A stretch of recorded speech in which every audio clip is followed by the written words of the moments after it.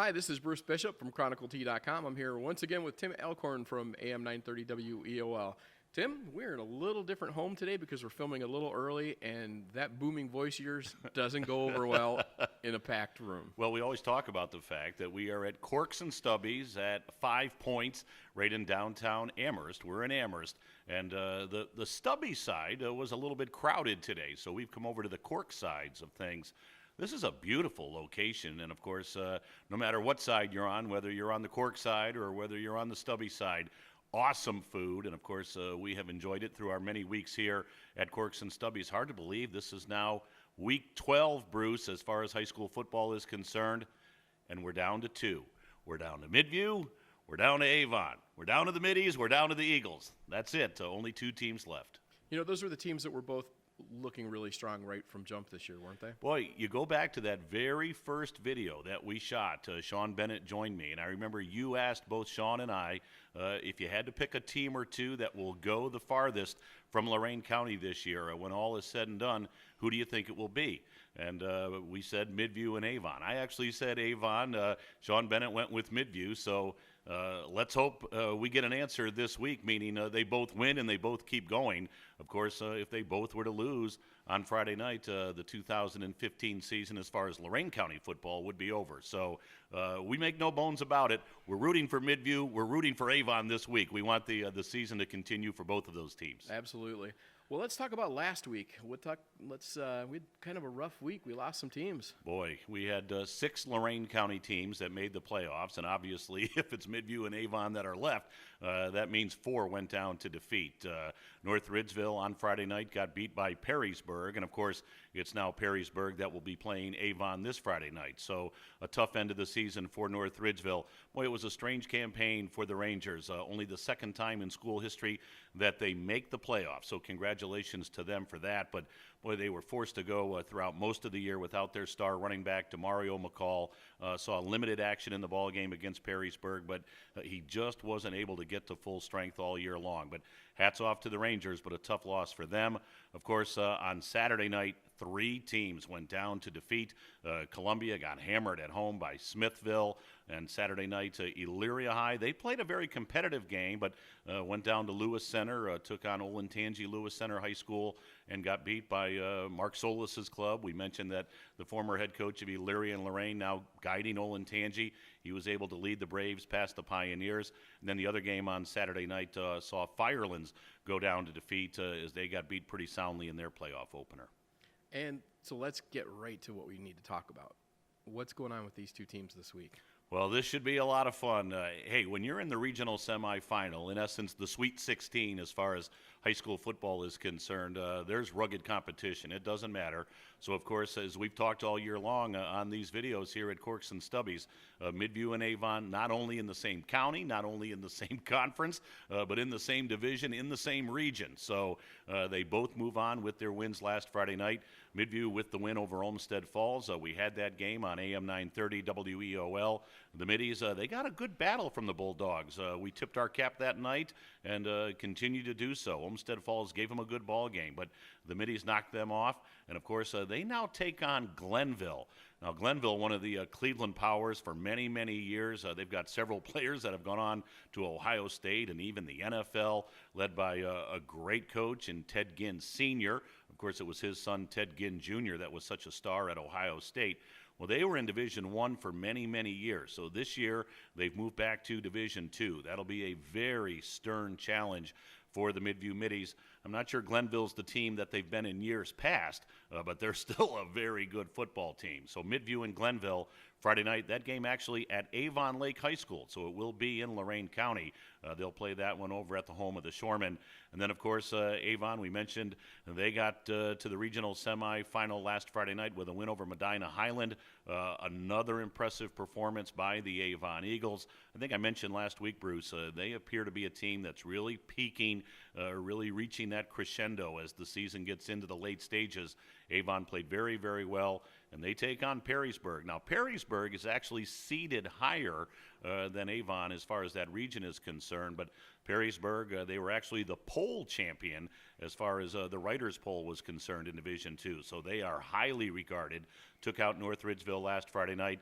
That game, Avon and Perrysburg, will be played at Sandusky Perkins High School, and I'm looking forward to calling that one. I'll have that one on the radio on AM 930 WEOL. So should be two outstanding ball games and two very stern challenges for the Middies and the Eagles, respectively. And this is the moment where I'm glad that I sit behind the camera and I'm not actually. Because you don't have a hat and a shirt on? And, well, I kind of like that hat. It's kind of nice. I get to be the one to ask you the question, who's going to win the games? Wow, yeah, you're going to put me on the spot. Absolutely. Maybe I'm glad the CT picket line isn't happening anymore. Boy, I think Midview's going to have a tougher challenge. I'll say that. Not that I'm saying the Middies are going to lose. Cleveland Glenville's a great high school football program. I guess if I can ride the fence a little bit, I feel a little bit better about Avon. Like I said, I think Avon is really hitting their peak. They're hitting their stride. They just get better and better week in and week out. So, of course, they've got a great quarterback in Jake Sopko. They've got an outstanding running back in Jared Choate, a wonderful wide receiver in Will Heilman, Darren Davis. I mean, they've got weapons all over the field. Their defense is just dynamic. Chris Rimko, one of their linebackers, Austin Lewis, they all play very, very well. I like Avon on Friday night. And I'll say I like Midview. I think they've got a very, very tough challenge, though. I think the Middies and Glenville could be one heck of a high school football game. So if Midview wins this game, what's going to be the catalyst? Wow, that's a great question. When we saw them play against Olmsted Falls last Friday night, the second half of that game, Dustin Crum, their outstanding quarterback, their great quarterback, he was hobbled, and they were kind of rotating him in and out with Logan Bolin, who, of course, is an unbelievable wide receiver. He also had a 77-yard pick six last week, an interception return for a touchdown. But I think Crum's got to be back to where he needs to be health-wise. They've adjusted their game plan. They've adjusted the way they attack defenses because Dustin's been hobbled a little bit. They need a big game out of Dustin Crum. They're going to need a huge game from their defense. I mean, Glenville throughout the years has had a very explosive, high-powered offense. The Midview defense will be challenged on Friday night. So the defense has to step up and play a huge game. And then that high-octane Midview offense, which has been scoring points at an unbelievable clip throughout the regular season, they're going to have to score some points on Friday night. That sounds good. Hey, one thing, let's go one step deeper for the people who are the deep fans. Let's talk about the conference really quick. Some of the teams that lost, they were pretty soundly defeated. All out of the pack. Do you think the conference has something to do with? I do, and you know, I'll say this with all due respect to all the teams in the pack, but we saw Columbia on Saturday night. They really got rolled by Smithville. They were never really in the ball game, and Firelands got beat pretty soundly. In fact, both of those teams got beat to the point where there was a running clock in the ball game, which is a 30-point margin or more. And Bruce, you and I were talking before we started the video shoot here. You only get better by playing competition that is at least as good as you are, if not better than you are. And again, it's not demeaning to the pack. There were a lot of young football teams in the Patriot Athletic Conference this year. There are football programs in the pack that certainly have been struggling over the years. And so I'm not quite sure it got Firelands and Columbia, and even Buckeye, who got beat. We didn't talk about them. They're out of Medina County. But the three teams that were in the playoffs from the pack all get knocked out in the first round. I'm not sure that Patriot Athletic Conference schedule, at least this year, got them ready for postseason. There's not a lot you can do when you're in a conference. You can only play the schedule that you're dealt. So I think that hurt them a little bit. Columbia was just so head and shoulders above the rest of the teams in their division that when they ran into a very good Smithville, I don't think they were ready for that. And again, in no way is that anyway disrespectful toward Columbia, their head coach, Jason Ward, their players. They just weren't used to that caliber of competition, and I think the same can be said for Firelands. So you hope that the pack raises its level overall of football. It's up to those teams to catch up with the Columbias and the Firelands. You don't want to see them regress and move backwards. You want to see the other teams pick up. So hopefully that'll happen in 2016. Okay, so recap on your times and everything, where you're going to be this weekend. Wow, we're going to be busy. Let's start with Thursday night right here at Corks and Stubbies. We got to give that a quick plug. Our wrestling preview show, Sean Bennett from the Chronicle, will be here on Thursday night. Looking forward to it. So if you're watching this on Wednesday or Thursday, it's going to be a great show. If you're watching this on Friday, I know it was a great show. So, but that's Thursday night here at Corks and Stubbies. And then, of course, Friday night, we are going to be very, very busy on WEOL.